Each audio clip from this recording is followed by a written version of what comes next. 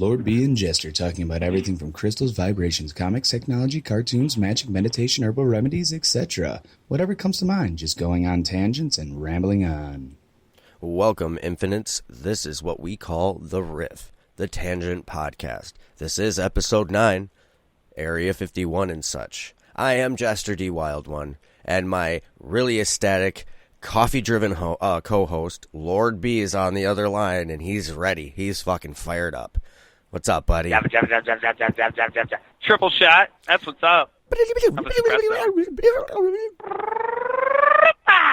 And welcome. Yeah, I'm all right. I'm ready, and I'm all right. That means I love you. Come fly with me, up high with me. All right, anyways. If anybody doesn't know what Eep or is from, it's from the Jetsons. Yeah, the Jetsons. True that. Elroy had to, well, he didn't have to. Judy stole his secret language that he made for his fort and won a contest for a lyric to be added to, I think it was Jet Streamer or yeah, something Star like that. Streamer, some fun shit. But Mr. Rocket Power over here. Look that shit up. It's good stuff. A little tidbit is that Tech 9 actually used Eep Op or in one of his lyrics. It's on the Welcome to Strangeland album. And I had caught that before I rewatched the Jetsons as an adult. And then I'm like flipping balls. Like, just, what the fuck? Oh, wow. He threw that back there. Not a lot of people would get what Eep or means. And it means I love you. So I got a mailbag. I got a question for the show that we wanted to kind of talk about on the air.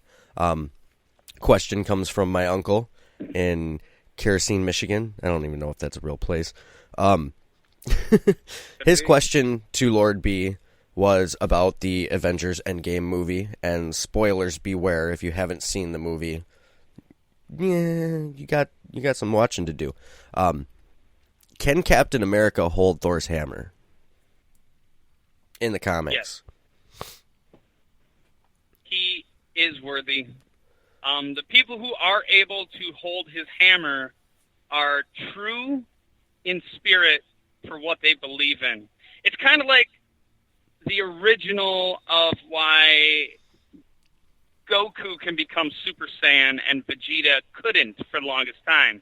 You either have to be pure in one direction or pure in the other direction, as in all good, all evil. But that's, Super Saiyan. But with this, you got to be worthy of justice and heroicness. And, I mean, if we're going off the movie, he did wiggle it. Thor got, paranoid, thinking he was the only one. There's also, oh my God, the name just slipped my mind. Something Bill. Look it up. His name is, it's fun. I'll think of it too. But yeah, in the comics, I can't recall a specific spot. I believe I've seen it though. But yeah, he's one of those that's worthy. He is worthy. Okay. Mm-hmm. I believe that even Black Widow could pick it up if she wanted to. Really? Because she is pure in what she believes as well. Okay. Like, you have to be true to yourself, so you have to completely understand what you are and what you stand for to be worthy of Mjolnir. Now, Stormbreaker, that doesn't have that lockdown on it, and that's the difference of the hammers. Beta Ray Bill? Beta Ray Bill, that's his name. Okay. He looks kind of goofy. Beta Ray Bill is on the building in Guardians of the Galaxy 2 where they put their I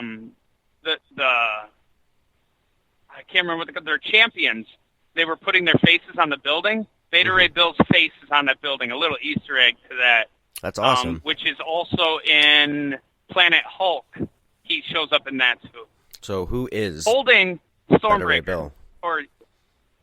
He is a character that showed up in the Thor comics, and he needed help or came for the power of Thor and ended up grabbing the hammer and deciding he was, and Thor was like, how the hell are you picking that up, basically? And then it explains, but basically when he picks it up, holds it to the sky, the lightning strikes, and Thor's armor appears on him. It's really cool. Wow, that is neat. Holy crap. You know, the 6 circles, you know, it's kind of cool. Cool. Well, I got some wild card news for everybody that hasn't been on social media in the past couple of days. Nintendo Switch Lite is coming out, and it's pretty much its own entity. You don't need an actual Switch to use it. It's a PSP for Nintendo nerds. What do you think about that? Have you seen that come out? I noticed it yesterday. Okay. Like, I haven't really been... Yeah, I try not to talk about it with you because I wanted to... Well, yeah, my daughter really wants a Switch. I really want to get her one. But at the same time, she's a good girl. She's good. But, you know, there's times her and her brother, they like to fight.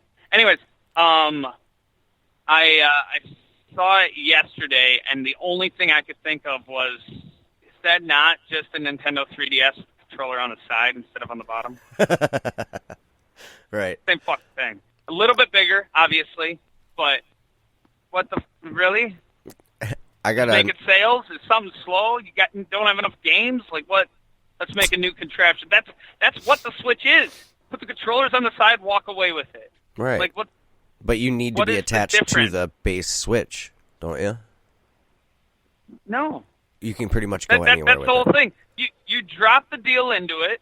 It goes to your TV. You use the controller. You pull the thing out, which is now a tablet. You slide the controllers down the side of it. You walk around your damn house. Go outside. Take it to the park. It's the same thing. It's just bigger. Well, so what the hell is the point of the light? Because they just took away your capability to attach to the television? Basically. The fuck? Not as heavy. I'm sure they'll sell a cord down the road that lets you plug it into your TV. Why not? Well, then there's your fucking Switch.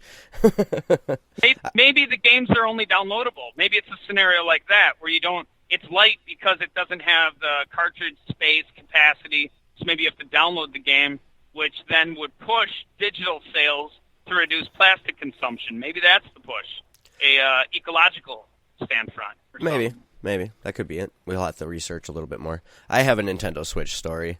So, my uncle got a Switch when it came out, or a little after, and I've never played on the Switch before, but he's got a bunch of kids, and we're all sitting there playing the new Mario Kart. And we're playing, and I'm Yoshi, obviously, and mind you, I'm in first place, okay? Because that's just... Well, yeah, you're Yoshi. Right. And these kids are attempting to tell me how to play the game. And they keep trying to tell me how to play the game. And I'm like, hold on, guys. You do realize that I've been playing Mario Kart since I was 7 years old. You know, me and your uncle used to play this all the time. It's really no different. But it's just added things, which is really easy to gain control of. And I'm like, you guys do realize that I am winning, right? And they all just kind of oh. All right, we'll leave him alone now. He obviously knows what he's doing. Oh, yeah. You would think, anyway. You'd hope. What's your favorite character to play with, Yoshi? Mario Kart? You know, when I was a kid, I never got Yoshi because my asshole sisters, no offense. Bless their heart. Yeah. I always picked, I think, of the majority of the time. I mean, there were a few I like to travel through. I like to pick Toad sometimes. The princess, I think, was second fastest, and I believe she had the float ability sometimes. Or maybe I was thinking of Mario Kart. Of the other one, not the racing. And I'm everywhere right now. I blame and love the coffee. It's scattering my skull a bit, but it's keeping me energized, and that's amazing. Well, let's get into... Mario and the Princess Peach. Princess were Peach. I think, two if I couldn't get Yoshi. All right, well, let's get straight into our topic of the day. And it's fucking everywhere. There's memes everywhere about this.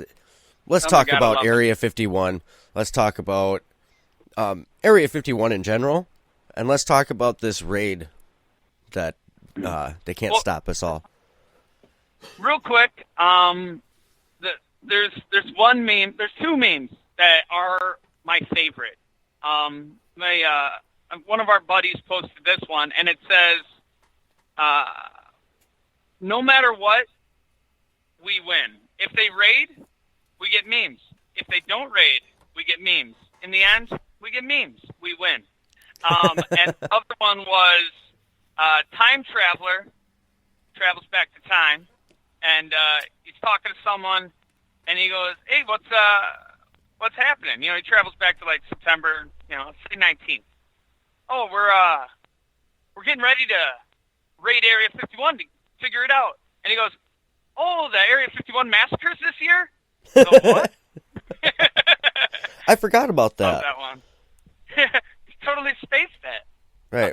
Why didn't we do this sooner?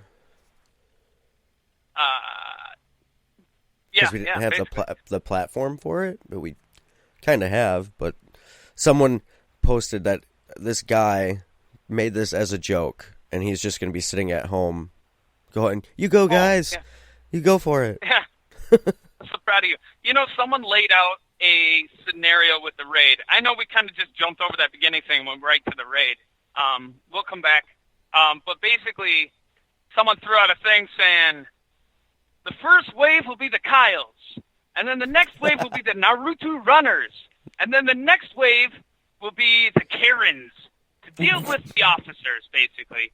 And then we have the group back here, and my mom goes, "I love that they added this because someone would have been upset." And back here is the group of people who just wait to see what happens in the safe zone. They just want to be there. Yeah. Like, they bought their ticket. Now I could say I came, but, it is what Didn't it is. you say something about us selling tickets to this? Yeah. Well, someone started a GoFundMe, saying put your money where your mouth is. And, I mean, that is the wrong direction. The GoFundMe, in my opinion, I got two opinions. Obviously, I always have the both sides of the coin opinion. But the one that I thought of that would be hilarious was fund me not to go. Yeah. Keep me at home, If you don't, I'll go. Or, don't make me. Or, yeah, and the other side is, fund me so I can go because I can't afford the trip or the hotel or the blah, blah, blah, whatever reason. And I'll make my famous potato salad, or some stupid bullshit. Right. Which is a throwback to the beginning of GoFundMe. If anyone doesn't know, little Easter egg to it, someone created a GoFundMe that they would then make their famous potato salad. They never said they would hand it out. They never said they would make more than one bowl. But they raised like a couple $1 million, and it was ridiculous. Wow. And they just made it. I wish it. Yeah, they made it, and they posted a video, and, hey, I did it. Thanks, guys. Hilarious. Well, let's talk about Area 51 and what we think is in there. Well, let's say what it is. It is a government R&D facility for weapons and stealth, and I mean basically stealth armor, stealth ships, stealth drones. If it's stealth, they're pretty much making it there. So most strongly of all, it's a U.S. military facility. So if you go there, it is posted, you will be shot. If you climb the fence, you will get shot. If you get too close and they say stay back, they will shoot you.